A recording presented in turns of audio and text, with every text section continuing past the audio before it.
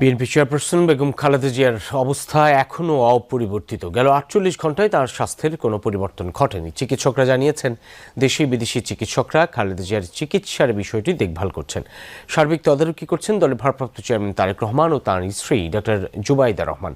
মায়ের জন্য দেশবাসীর কাছে দোয়া চেয়েছেন তারা।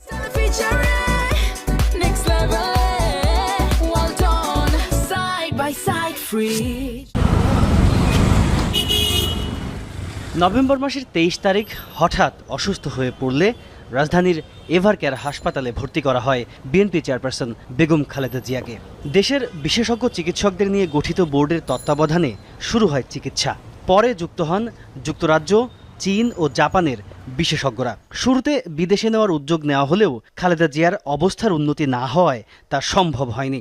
হাসপাতালের নিবিড় পরিচর্যা ইউনিটে চিকিৎসাধীন তিনি।